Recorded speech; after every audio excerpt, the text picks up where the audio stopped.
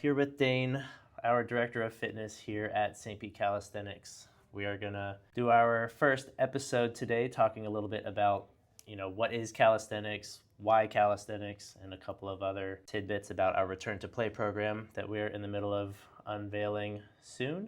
We're test piloting with some of our members right now, and you will see some links in the description to some of that detail.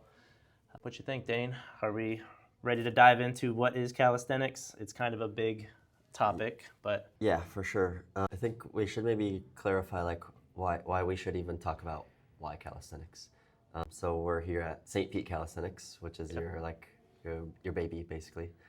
Brainchild for a few years now. Yeah, it's been in the making for quite some time. So maybe just say what is the inspiration behind it and why it started? So we're here in St Pete Calisthenics, technically in the Biooptimization Institute. This is a venture that I've been putting together for a couple years with my wife, Tyler. This is meant to be more than just a fitness model. This is a wellness hub in the making. So this is one component of that wellness center. We have... Yeah, I think that's a super important note is you've worked in gyms in the past, and I've worked in gyms and CrossFit gyms and things like that. And one of the things that drew me to this place is it's we don't even consider it a gym. Like if you say I'm going to the gym, it's it doesn't feel right. Yeah, it doesn't feel like the right thing. So it's more of a facility or a wellness center, like you said, which I think is a really good distinction to have. So a couple of the other things we have in the building, just so you guys can get an idea of the scope we're talking. Behind us, we have a room where there's 2 massage therapists that currently work out of there. They offer very different style of massage. One of them is Reformavi. They do structural energetic therapy and emotional release sessions, and they encompass a lot of breath work into the fascial release protocols, and they will also use cranial adjustment techniques to help reset the body from the brain down to the rest of you. And then we have Mending Touch, who is a bit more Swedish style deep tissue therapeutic massage, so a little more of what your standard expectation in a massage might be. But he is also an esthetician, so you can do a combination of massage and get a facial as you get ready to leave. There's also 2 other studios that are in-house. One of them is Connection Arts, doing acro yoga, splits classes, back bends classes, kind of adult gymnastics is how I would describe that. Mm-hmm. And then we have Cirque Club St. Pete, who is also doing a number of fun things from aerial to acrobatics to handstands and Pilates, all of the... Apparently it's a strap that but you learn new stuff. It's nice. Lots of stuff to play with. They even have cool apparatuses like a half moon, or crescent moon, I guess, is a better description. Oh, right. And yeah. a cube that I've yet to see someone climb through, but I'm excited to see what that type of performance would look like. So we have those 2 studios doing a lot of fun classes, and then our main center is the St. Pete Calisthenics side of things, and our fitness classes are all of the things from essentially anything body weight. So when we think of calisthenics, we consider that a bit of an umbrella term for a lot of different modes of body weight exercise, whether it's animal flow and its mobility forward component, or if we have a standard calisthenics class doing dips, muscle ups, pull-ups, all of that kind of stuff, or our steel mace flow where we incorporate a weighted staff essentially that you're moving across through different planes of motion. And although not necessarily typically thought of in the calisthenics world, it is something that I utilized a lot as a tool to help people learn about their body a little bit better and how their oblique slings, as we'll get to talk a lot more about here soon, it helped strengthen those oblique slings in a fashion that helped people get out of a lot of dysfunction that was causing them pain. Mm-hmm. Which brings us back to a little bit of where this kind of started from. I think calisthenics, yeah. You kind of seemed like you were in a similar world where you were dealing with corrective exercise, forward clients, and calisthenics ended up being the vessel to becoming pain-free, because when you start dabbling with calisthenics, you have to learn a lot about accessing all of the body as a unit versus a lot of traditional weight training is very isolative or maybe two joints at a time, whereas calisthenics is the whole body as a unit functioning together. Yeah, I would say it's like when you just hear the term like calisthenics or you like see it, it's like you maybe visualize like those people at the park doing crazy like spins and twists off the bar and flipping and what like crazy muscle ups and stuff. But in terms of how we think about it, and I think how we both have been using it with clients, it's like it's just restoring body weight movement basically. So if you have like that nagging shoulder or that nagging knee or hip or whatever the case may be, you mentioned the slings, so like some crossbody patterns. Just like restoring the function of how you're supposed to move, as opposed to like necessarily everyone is doing handstand push-ups and muscle-ups. So it's like maybe a contrast of how we see calisthenics versus what would be like typically projected as calisthenics. Right, a lot of people think of the planche and the cool, crazy stuff that goes viral on Instagram, and all of that is amazing, and it's really cool to watch. We just had a competition here recently with Kangaroo Pro, who showcased over 100 athletes doing some of the craziest stuff. And one really cool thing about that, after the fact, we realized that 14 hours of that, not a single person was injured anything more than needing a Band-Aid. Yeah. And there was guys who definitely missed a few times, and they would fall, and half of them would fall off the mat, and they were still resilient enough to just bounce right back up and get on the bar again. So just another cool element to point out that we noticed a week or so after it passed. But it's not just that. Right, and even the process of training, some of that stuff, like the planche or front lever, things like that, they're like isometric holds in positions. So it's not like high reps and volume on the joints, like in terms of doing like 500 push-ups or something. But so like you're getting that stability and you're training like the tendons and connective tissue to like fire and support your body weight essentially. And getting that load is like quite a unique stimulus to what you would see like maybe in a traditional gym setting where you're doing curls and tricep extensions and bench press, and it's like such a different thing. Like that, the isometric piece in and of itself is like basically injury prevention built into the movements, assuming you don't bite off more than you can chew. Yeah. There's always that case. Like it's not that you're never going to get injured, but we're trying to create resiliency around those possibilities of injury occurring. It comes with tendon strength, ligament strength, and that was something, if you know much about corrective exercise, a lot of times they have you start with isometrics as you start getting back into loading the tendon, because it's less tug of war, it's less abrasive to the already aggravated tissue. So when you look at calisthenics, all those cool positions are just really complex isometric holds where they're in simultaneously, because they're technically antagonistic in nature, but in order to hold those really cool positions, you have to be able to fire both of them and maintain some integrity so that looks as effortless as you can make it. Right. And if you can correlate that, like you can squeeze your butt at the same time as your abs are firing, basically is kind of what you're saying in the layman's terms. That means that you know how to activate each of those muscles independently or together. But a lot of times, like in terms of the corrective stuff we just mentioned, is that people come in and they can't squeeze their butt. It's like stand up and like squeeze your left glute, squeeze your right glute, squeeze both glutes, and it's like, yeah, there's nothing there. And it's like, okay, we need to take a step back before we have you deadlift or squat, because if your glute is not working, then what is doing the movement? Yeah, what are you compensating with? Your lower back is probably cranking a little bit, and you might be twisting into it some, and you don't realize it. And you're creating now a hip shift pattern eventually that'll set in. Just downstream effects. So like if you're going back to the very basics of isometrics, like you said, in terms of rehab, like you could theoretically have like a torn bicep or something like that. You would do, before just cranking out reps, you could get your basically the top of a curl, isometric contraction, move a little bit down, isometric contraction. Actually, potentially infinite isometric contractions along that spectrum. So you get a straight arm, and now you have now as soon as you get signal to that, then it's like, okay, I can start to maybe control it downwards, maybe with little pauses along the way, and then eventually you build back up. So you have isometric, you have eccentric, and you have concentric. That's just corrective work to the bicep in that case. Right.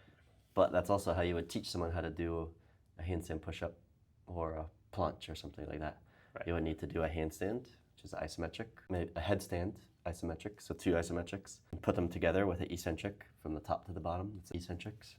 People do it with pull-ups all the time. They jump to the top, eccentric down. That's connecting basically a hang and a chin over bar. Yeah. Two isometric positions with the eccentric, and then eventually you have strength to go back up. So it all is like feeds together, I think, and that's the importance of calisthenics, I think, to us. It's not about doing the pull-up but it's about like developing the capacity to do it. Right, and another thing that I think dawns on people a lot when they come to class for the first time is, what dramatic difference it makes sometimes when you just scoot your toes an inch forwards. And like how much extra load that creates on the forward straight arm challenge, which, straight arm strength is a whole nother thing that people often are lacking when they first come in. They can't keep their arm straight and load at the same time, but instead of adding weight, you change position in calisthenics by like a degree, and then another degree, and then next week another degree. And it's all about that little incremental degree change versus adding 5 pounds, adding 2.5 pounds, and slowly building up. You're more changing and challenging yourself positionally, and you're really looking to hone in and embrace that nervous system firing and that shaky feeling that you get when you hit that point where you're like, all right, I can't go any farther forwards. That's my tolerance. You want to sit in that in calisthenics and spend time. Like a lot of people feel that, and then like 2 seconds or maybe even less than 2 seconds, bang, they're down on the floor and like they give up because they kind of panic or their muscles give out. But it's like, we need to develop now. Find that position. Spend 10 seconds now. Spend 20 seconds. Spend 30 seconds. Now you're ready to scoot the toes forward. Keep accumulating that time. Yeah, that's super cool. And then, you mentioned straight arm strength, which is massive. Like you see, there's straight arm movements like a toes to bar or a planche or a front lever, as opposed to like a pull up, which is your elbow is bending, or push up, your elbow is bending. So many people if you go to like a crunch or something like that, they might be doing push ups and bench press and pull ups. But then they come in here and you see like they literally have inability to like lock out their elbow because they've been doing maybe too many curls, too much internally rotated at the shoulder, and it's just like, this is my position. And in order to do that, something else has to move down the line to allow that. So it's just showing the restriction that can come. Or even basic is like the bicep is too tight and overdeveloped. You can't extend your elbow. That needs to relax to let your elbow extend. So it's like you're finding all these little pieces, and it's just biomechanics comes back to rather than calisthenics craziness. Right.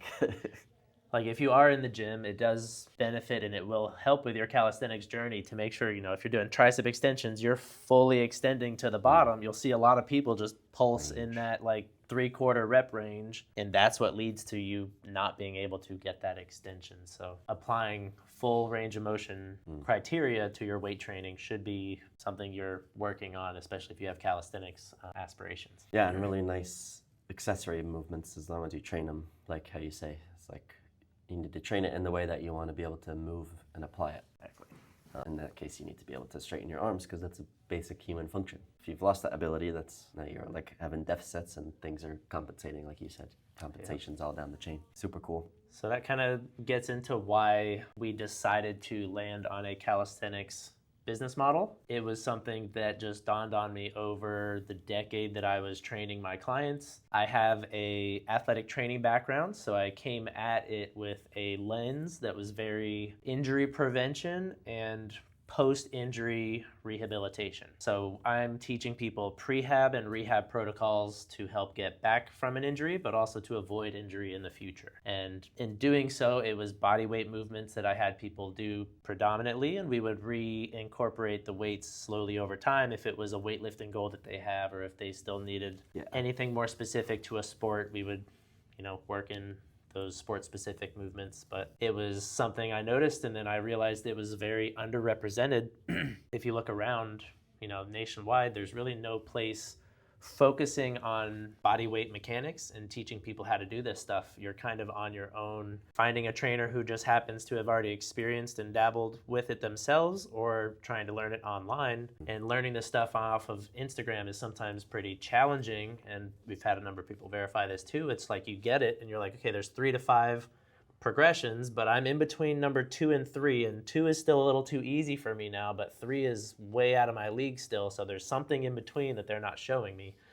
And it's because there's probably 15 different progressions to go from this one to this one, but you can't show that in a short Instagram clip, so it sometimes leaves you guessing or hanging sometime in between those moves, and being able to have that in-person coach seems to be helping a lot of people progress a lot quicker. Yeah, I would agree. And I think you probably have heard this quite often too, just over the years, as like, oh, I've had trainers in the past, or I've had coaches in the past, but apparently no one's ever taught me how to move. And it's like, well, if you haven't been being taught how to move, then what's the point of all these workouts that you've been doing? A big example is I would get someone and I would be teaching them how to do a lat pull down. And I would start with a reverse shrug. And they would look at me like, why has no one ever told me this before? I'm supposed to pull my shoulder down before I pull the bar to my chest? I'm like, so your shoulder blade needs to engage before you pull down the rest of the way. Otherwise, you're in a very vulnerable position over time. Yeah. And honestly, when we're talking about corrective stuff, that's like maybe not all physical therapy, but that's one of my gripes with some physical therapy that we've seen out there is like they have like a hip replacement and they go through this basic protocol that's hip replacement protocol for everyone across the board. Doesn't take the individual into effect. And then they have like a sheet of exercises that they send them home with. Just do this paper, whatever it says on the paper. It's like, how you do those exercises makes a massive difference in the outcome that you get. If you could do them all day long, but if you're doing them terribly, you're gonna get the terrible results along with it, or zero effect, or potential negative effect. Negative, yeah. That couldn't be more in agreement there. I realized that was kind of because of my athletic training background. My first boss at the first gym I worked at was like happy to give me everyone that came in with knee pain, back pain, surgery, post-surgery, what have you. And I realized that a lot of these people were getting pushed out of the physical therapy. They're like, all right, did my 12 sessions with physical therapy and I still don't feel confident to do this or this anymore. So there was this gap between people being out of their physical therapy sessions and kind of like, okay, well, your hip is showing me this amount of range of motion in this, so like you should be good, but you're not good. And they just expect you to go back to the gym or start biking again or whatever to maintain some strength. But a lot of people do not follow up on their homeworks. They don't do that stuff enough. Their hip starts to freeze up again, and then they're kind of back at square one, and then it's like, really hard to dig out of that hole. They're like, just take it easy. Like, couldn't it be more vague? Like, take it easy. Like, what does that mean? Active recovery would be the best thing you could do, which is nice, simple walking. Get your steps in a certain amount of time. Yeah. And even that, it's like the dosage, like the poison is in the dose, right? So if you're fresh off of a knee surgery or something, it's like, we'll start with some walking. And it's like, okay, but if you walk 10 miles, that's way different than walking 800 meters, or like one to the driveway and back. Like you might have to start so small, but a lot of people, they're just trying to go kind of what you mentioned is like that gap. They're just trying to go right back to what they used to do and like, quote, take it easy, but they need that progression of building up even before they can get back to that like 2-mile walk or whatever the case is in that scenario. So with our Return to Play program that we're gonna start talking a little bit more about now, a lot of the whole point of it is education for people who've dealt with a chronic injury, sometimes a recent injury, but the chronic ones specifically tend to be sunk in patterns of movement that have just been not serving your body for a long period of time. And the whole point of Return to Play is to try to help you get back to whatever sport or activity that you're trying to be able to keep up with, whether it's for your mental health, your physical health, or both. It could be golf, could be tennis, could be pickleball, could be swimming, playing with your grandkids is a common generalized one that we get. But just feeling capable, essentially, being able to get on the ground. You might notice we're sitting on the ground right now. One of the big components that we're trying to emulate is it's not weird to sit on the ground. It's actually very beneficial for your hips and your body to be in a place where it's not so comfortable that you don't move for hours. You might have noticed we've probably been fidgeting around just a little bit while we're talking, and that's because about every 5 or 10 minutes when you're sitting on the ground, you kind of get a signal of like, oh, I kind of want to adjust a little bit. So you might pick a new hip position or turn something out, and each time you fidget or adjust, you're getting some new movement nutrients sent to those different areas, and you're encouraging new hip mobility positions to be accepted by the body. So you see our nice little round tables here, and you'll notice during the podcast that we're going to continue sitting on the floor for a good majority of them. The functionality aspect and like being able to get on and off the ground being even more notably now tied to your longevity or your age. You know, if you can't get on the ground, that means you could not get off the ground if you fell on the ground. So that means you're there now having to call the life alert button or hoping that you have one, and no one wants that. It's like grip strength is one of the big correlates, and then ability to get on and off the floor, basically. Right. Yeah, you should be able to press up and get back down on both sides, right? The next level of getting off the floor is like how many contact points you have. So Right, do like you I've need a taken hand? one of the courses I've taken is the longevity like specialty course. They have different like age brackets and things like that. But it's like if you're like 1, 2, 3, 4, 5, 6, 7, 8, it's like you failed that test. That's like a not a passing test versus what you just did, where you're like just crisscross applesauce and then just elevate straight to standing. It's like the points of contact is like a big factor. And then grip strength, I feel like I've heard like mixed reviews on, not necessarily mixed reviews, but it's like just because now you've heard that study and now you go and train your grip strength specifically, it doesn't mean that your longevity has been boosted. It's more along the lines of you've lived a life that requires you to have pretty good grip strength. You're much less likely to fall because of that. So like you can't just already be deteriorated and then try to do some grip exercises and think that you're gonna I'm gonna live to 125 now.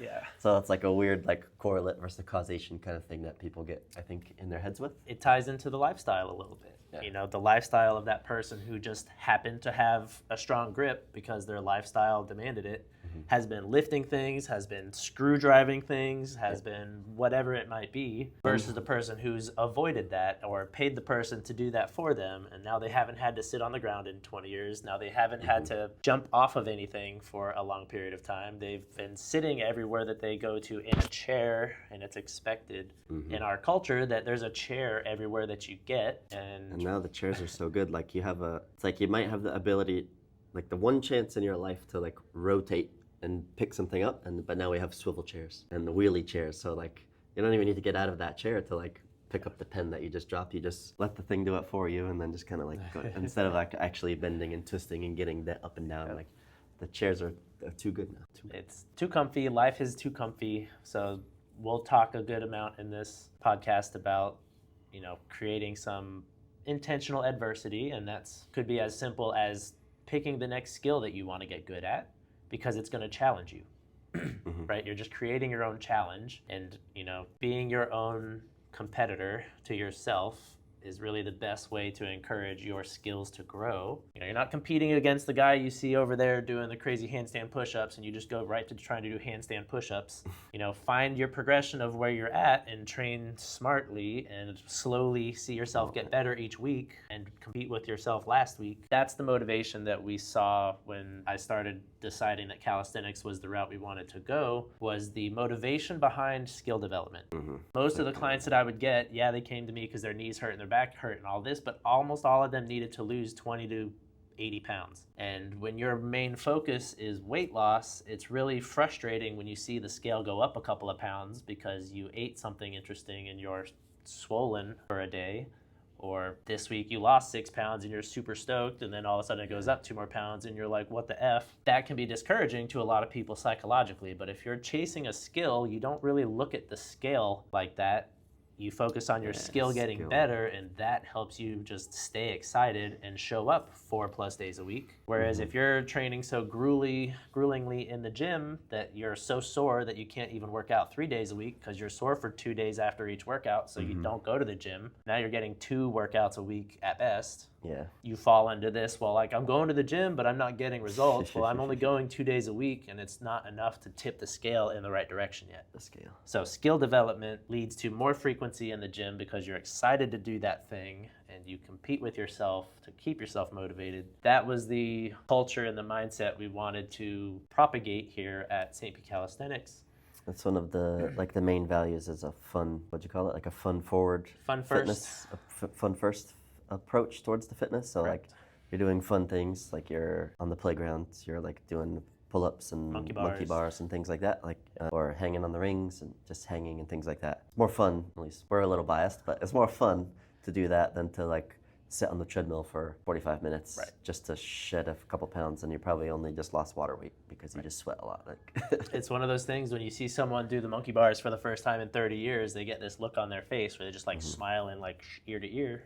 Or upside down, that's a big one. That one too, or the balance class. I get people on a balance beam for the first time and they just start giggling all the time, and they're just super smiley and all this because they just remember when they were a kid being on the balance beam, and it was ingrained in us then that that's fine, but for whatever reason, after you get out of the like 22 years old range, it's kind of like weird for you to be on the playground So unless you're playing a sport or you have some sort of intramural that you've kept up since college, most people fall out of that by the time they're 25. They're not doing anything. I think it's part of the culture too. Like I was at the playground the other day, like the actual playground the other day with my son. He's like 11 months, just 11 months now. And there's like signs everywhere on those playgrounds, like no adults allowed, only like 2 to 10 years old, like is allowed on this playground or whatever. And I'm like, it's just terrible. Like That's part of the problem.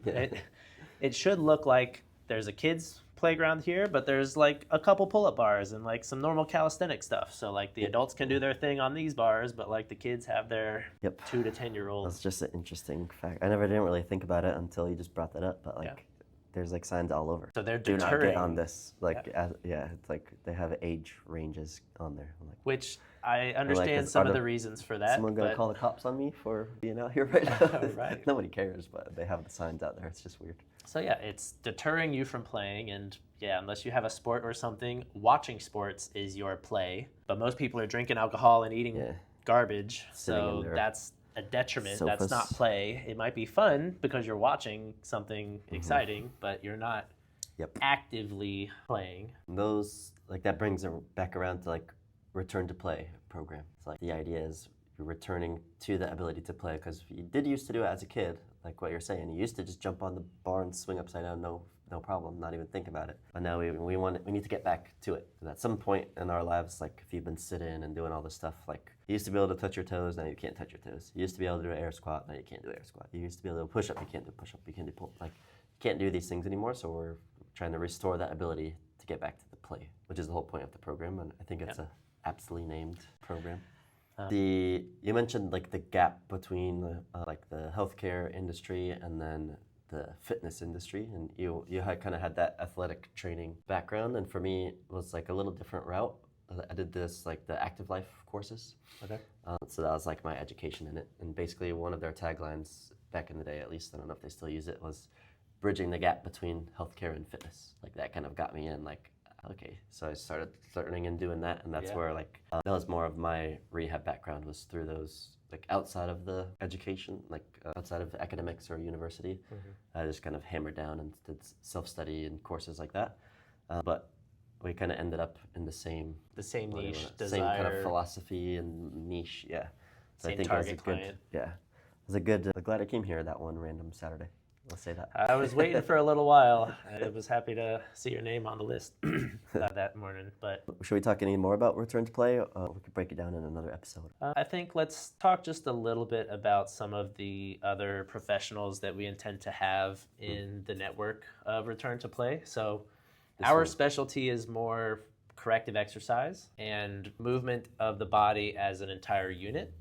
We have a number of other professionals that we're working with that are bodywork professionals of a couple different types, physical therapists that have certain specialties that are not that generic cookie cutter style, but we've kind of vetted their philosophies and their process a little bit. And then chiropractors, we have a couple. Yeah. Most of them generally end up falling like outside of the insurance-based model, which is where we see a lot of or where we kind of have our little criticisms potentially of. So yeah, different kind of like in the active life stuff, we would call it the multidisciplinary team. Yes. So you have your chiros, your PTs, your massage therapists, your nutrition people, and then we all like understand and work together under a cohesive philosophy kind of thing. That's right. And we'll collaborate back and forth with certain specialists. If you're seeing 2 or 3 of us at the same time, there would be communication back and forth to make sure your program is well-rounded and being thought of from all perspectives. There is benefit to getting an adjustment from the chiropractor to free up the spinal cord and nervous system to be able to send better signals and more efficient signals. There is benefit to the deep myofascial release practitioner who's maybe not going to give you the most enjoyable massage. It might be a little aggressively elbow digging or active release type techniques where it's a little bit grimacing during the active moment, but you're going to leave feeling unlocked. I just had someone be referred over to Juan from Better Body Medical Massage, and he did wonders. She's feeling so much better after going there, and now what we do here in the Return2Play program will sink into her system a lot better because she has seen the chiropractor that we recommended. Now she's been unlocked by Juan, and the combination of the team is really where we think we can do the most good. So we want to refer people to places like Mana Chiropractic or Better Body Medical Massage or Connect the Dots Physical Therapy. We have a number of practitioners in the list. We'll be putting a flyer situation together, where it mentions all of our preferred partners. That being said, it's important to distinguish, like, if you need the chiropractor is really good and really effective. But if you don't necessarily need, that's the problem you have is not solved by chiropractic, then there's no point in sending you there. So that's kind of the idea, as well as like distributing out like what is needed. Right. Like if you need exercise, then you need the exercise to come here. But I've had sessions where if someone comes in, I'm like, I can't do anything with you today. Like you need to call this chiropractor and try to get in at like ASAP, because there's nothing that we can do. We could have a chat and a powwow, and I can do some whiteboarding, but education materials, but it's not gonna.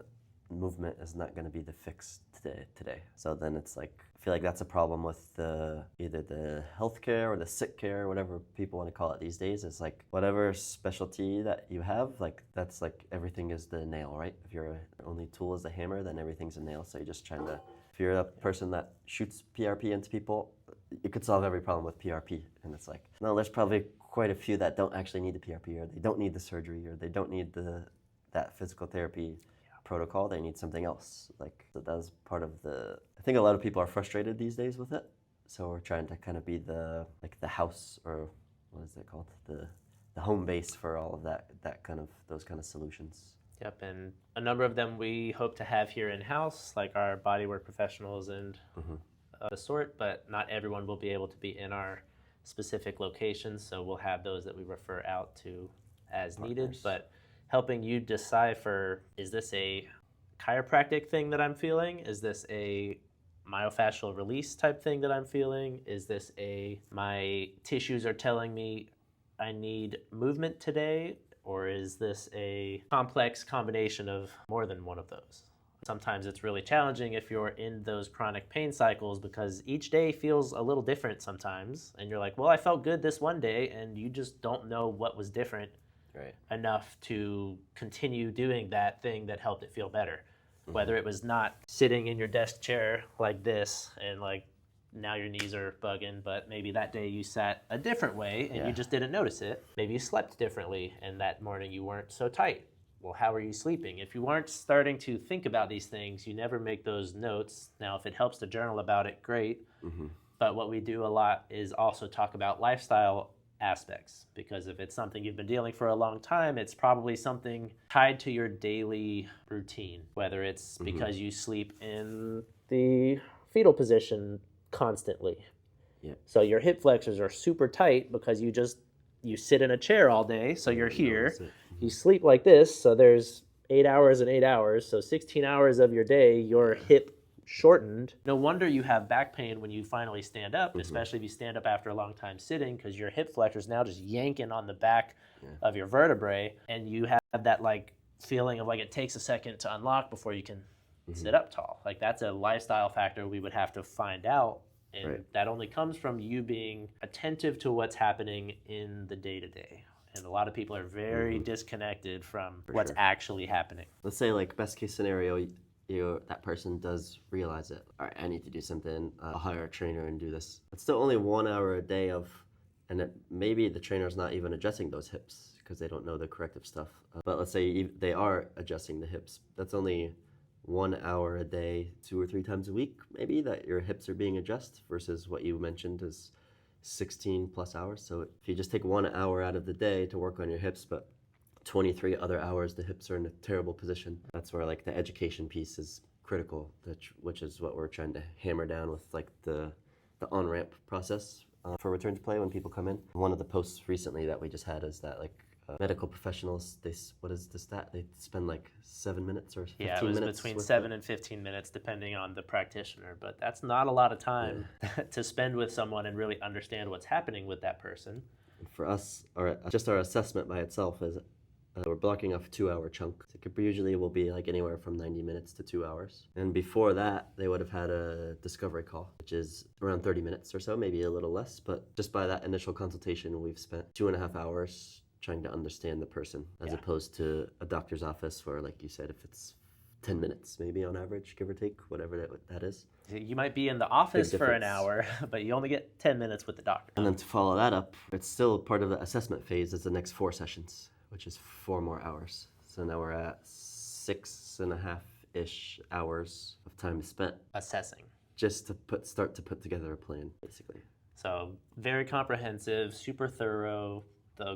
The goal is to really be able to understand what's happening to your body and the tissues of concern post our first few sessions. So the first 90-minute to 2-hour assessment is kind of a deep dive into lifestyle, history, and what have you tried and what goals. Has felt like it worked and didn't work type stuff. Even goals. And then what are your goals? Your known limitations. What do you feel like could get in the way or inhibit your progress here? Because if there's too many things that would inhibit your progress, then it's kind of like one of those yellow or red flags to us where it's like, I don't know if this person is going to get the results that they need. Should we even take them on as a client?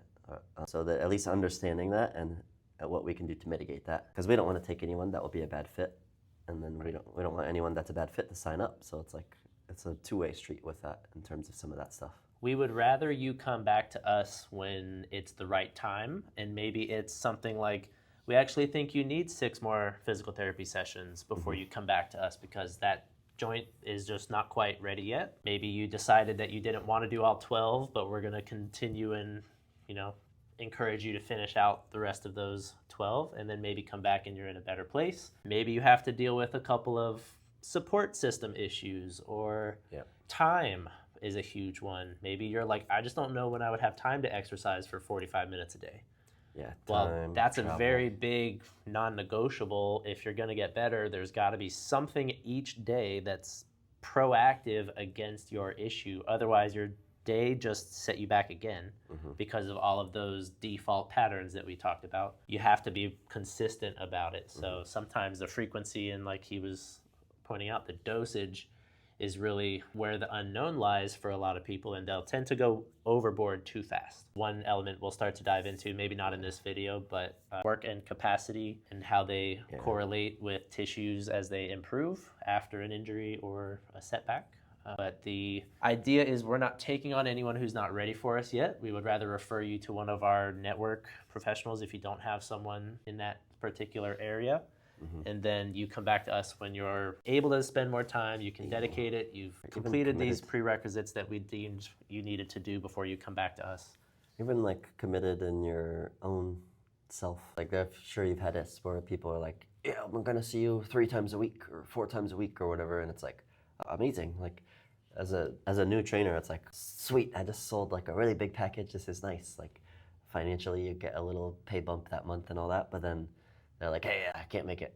Hey, I can't. And then they start missing sessions, and then it's like, if you're an ethical trainer, you start wondering like, should I have actually accepted this person on? And like maybe they think they're committed, but they're not fully committed. It's like something wasn't flushed out. They bought off a little more than they could chew, yeah. Or committed to a little more than they were prepared for. And doing that preparation ahead of time will make your entire experience better. And we want everyone's experience here to be amazing and nothing short of that. So we would rather be honest with you after that assessment, or if we get 1 or 2 sessions in and we realize like you're not responding the way that we want to see, maybe we have you go see XYZ person before our next session, or we decide that maybe we pause for a couple weeks while you continue to heal a little more before you come back and we start doing stuff that's a little more intense. So much involved too, because we were just talking to that one client, and she was saying that there's so much like on Instagram and on the podcast and on Google and doing her own Googling, and it's like what's right and what's not right, and why should I listen to you guys in a nice term, she said that, and it's like, hey, we totally get it. Like that's why we're going the education route and doing this, and it's like, okay, I think it got a little bit of buy-in with her in terms of that, but we acknowledge that there is so much out there. And there can be a lot of different opinions. This person tells me to breathe this way, this person tells me to breathe this way, and it a lot of times, and unfortunately it is true in fitness and in things biomechanically, the word "it depends" is thrown around a lot, and it's challenging in that regard because most people just don't know the case-by-case situations on when to do this versus that, and who's able to do this versus that, or who's ready to do this versus that, or... Although usually if you ask a question and the person says it depends, then I'm like, okay, I think I could trust this person. If they say something like, oh, you need to do this shoulder exercise, this is the one for you, it's like, they're too confident. I don't know. Right, and that just shows that they probably have a defaulted something. They're not actually taking the individual as far into consideration as they could. Because a lot of it is, well, it depends. If it feels this way after you do it, then we're going to decide to stop. If it feels this way when you do it, then that's a sign like, okay, we're getting positive feedback. Let's keep on with that. Or even, this is a good one. I feel like we should do like a little checklist of like who to listen to and who to not listen to. Like what's a red flag on social media? Because there's people what are that's those like, things? These are the 5 exercises you need and change your life and whatever. And it's like, yeah, I don't know about that. But if they're like, hey, these are 5 of my favorite exercises that I wanted to share with you, that's like depend entirely on the framing of like how they go about it, where it's like, okay, I could probably listen to that guy. Yeah, no, I think that would be a great idea. We'll definitely pocket that one. If you guys have any requests based on some of the topics you've heard us cover so far that you would like us to kind of dive into, definitely put that in the comments and let us know. We want to try to help unmuddy the waters for a lot of what's out there and try and give you the most honest perspective that we have, having, I think, both been in this realm of training for 6 to 10 years. We've seen quite a lot of different trends, from knees over toes being not okay to knees over toes now being pretty okay, and then the whole eggs being bad for you and then good for you and then bad for you and then good for you, like that type of stuff. We want to try to help all of you understand where that actually lies. So, and the goal is to have on a bunch of different experts and different people like that. Or like we'll have a bio-optimization trip on soon, hopefully talk about some of that stuff. Yep, all these cool modalities that you see behind us. Yeah, the new lights are cool back there. Nice touch. People like Ben Velasquez, he's another Return2Play specialist that is on board with us. He will be taking on anyone who's dealing with a lot of concussions in the past, dealing with vestibular issues, whether it's vertigo on a day-to-day basis or there was a car accident and they just have had brain fog ever since. He specializes in postural restoration and vestibular training, so he will be on and be a great one to listen for. I would also like to have Juan from Better Body on soon, Aisa from Connect the Body Dots on. Massage therapist, and then a pelvic floor PT, so yeah, a bunch of different. Yep, and then Drew from Mana Chiropractic I would like to have on, and just have all of our network talk about their perspective and their lens and how their addition to the Return2Play program will help in whichever fashion it might be for their particular scope. That'd be cool. So let us know if you have any other types of professionals you would like to see come on. There are a lot of... I don't think there will be a shortage. Yeah, I don't think so. I feel like once we get rolling, it'll be good. It'll be nice. The final component that we maybe haven't mentioned yet here at St Pete Calisthenics is our recovery zone. We have our Blue Zone Spa out back. It is where you can go for your chill time, hang out, get a little sun. We have a sauna that is wood-fired, so it can be a bit more of a deep heat versus some of the infrared or electric saunas, so you get a little more of a bone feel to that, and it can also get decently hot, so if you do like it above 190, it can do 200 plus, no problem. Personal preference there, but... The other day I was at like 230.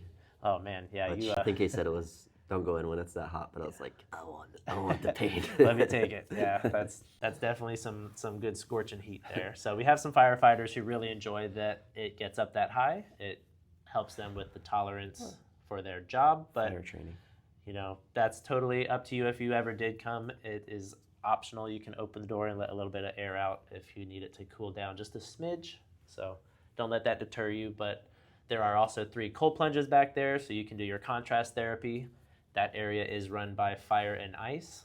Sheldon is the owner of Fire and Ice, and he will also guide you through some breathwork protocols. If it's your first time plunging, he'll help you enter it for the first time by doing a couple of relieving breaths and getting you prepped. He will also do a guided sauna session if you're interested. Keep an eye out for some class sessions that he's going to start doing soon, where he will lead a few people at a time through a guided sauna session and contrast combo. Yeah, that's one of my favorites, is getting in there. I don't like the cold, but I like the sauna a lot, but I don't like the cold. So it's like It's your yin yang. a good mental thing. Like, slap myself a couple times, like, all right, Just do it. jump in the cold. Once you're there, it's like. And this is part of that, creating your own adversity, and you're noting that it's a challenge for you, but you're choosing to take the challenge every day, or each day that you do it. So we will educate over time about our recommended usage of sauna, cold plunge. We'll have Sheldon on to talk about that sometime soon, and each of the different aspects here at St Pete Calisthenics will start to highlight, because there is a lot going on here. The idea is that it's an all-in-one wellness hub. We have your fitness, we have your med spa situation, we have your access to blood work if you need to through Biooptimization Institute. We can do peptides, stem cells here in-house. We have circus performing disciplines. We have all of the cool calisthenics options at your disposal. So you can really spend a lot of time here and get a lot of benefit out of our different offerings. So the final thing will soon be adding a cafe, hopefully circa 2026. That will be the nutrition component. Nutrition. That's kind of the final piece. So we're, final thing, about to announce our desire to grand open before the new year. Stay tuned for a date on that. I always forget that it's not a grand opening yet. It's like still just like we're still in that soft open phase where we're still fine-tuning a couple of systems and getting our program finalized before its full launch. You may have started seeing a video or two make its way around of our first couple of teasers, but the program is just about ready, I think.